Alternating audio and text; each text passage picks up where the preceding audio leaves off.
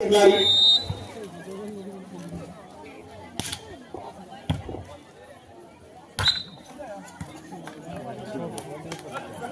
यति बेला फल्ट भएको जानकारी पाएका छौं हामीले। फेरि पनि सर्भिसमा जर्सी नम्बर 7 का खेलाडी बौद्धिकाली टिमबाट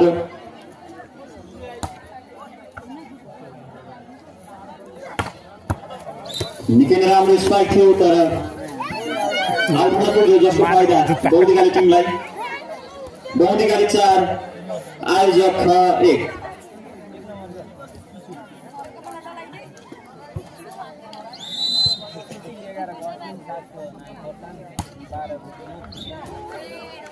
सर्भिस हट्न सकेन, जसको फाइदा आयोजक खलाई 2-4।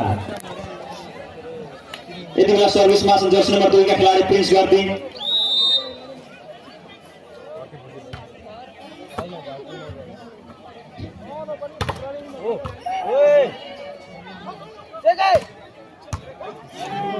निकै नै राम्रो प्रदर्शन यहाँ।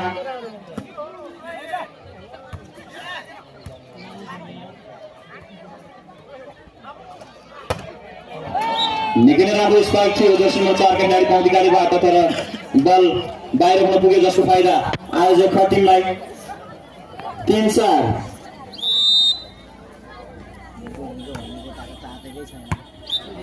सर्भिस आउट हुन पुग्यो, जसको फाइदा बौद्धिकाली टिमलाई। बौद्धिकाली 5 आयोजक टिम 3। यति बेला सर्भिसमा छन् जर्सी नम्बर 5 का खेलाडी कुमार सिन्जाली, तर बल भने कट्न सकेन, जसको फाइदा आयोजक टिमलाई 4-5।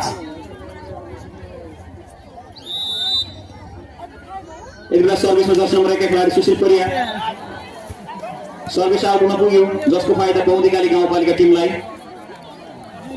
6-4।